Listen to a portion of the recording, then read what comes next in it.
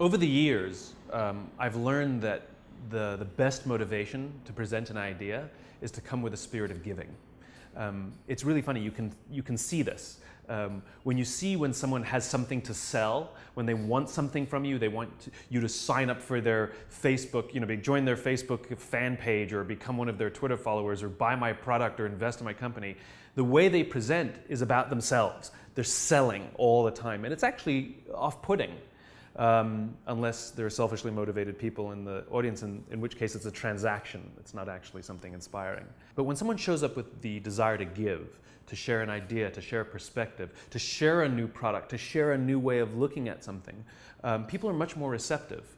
Though there may eventually be some sort of reward for the presenter, showing up with the desire to give is actually the best way to achieve that. And the amazing thing is when you show up wanting nothing in return, when you show up to share what you've learned, to share what you know, to present what you've discovered, to share your idea, your perspective, whatever it is, with no desire for anything in return but to share this idea, people become fans, people become curious for more, and that's when the ideas of trust and cooperation start to evolve. So all presenters, regardless of what industry they're in, when you show up with the intention to give, the desire to give, it immediately makes the presentation vastly more effective. Very often people start talking about themselves. They start by offering their credentials.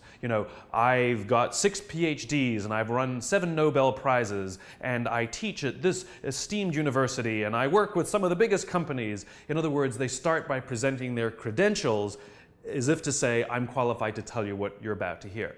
I found that that's actually not very helpful. Remember, when you're starting with a notion of giving, you're not going to start talking about yourself.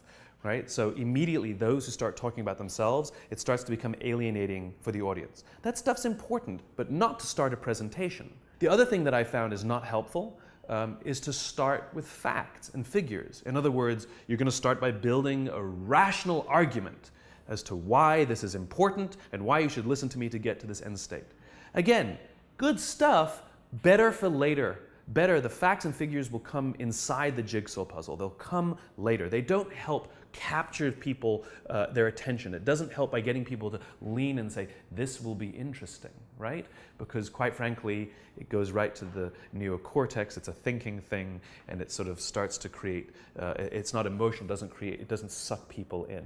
So really the best way to get people to pay attention and to set up the scene that you're about to present is to start with some sort of story. Some sort of story that is emblematic of the end result.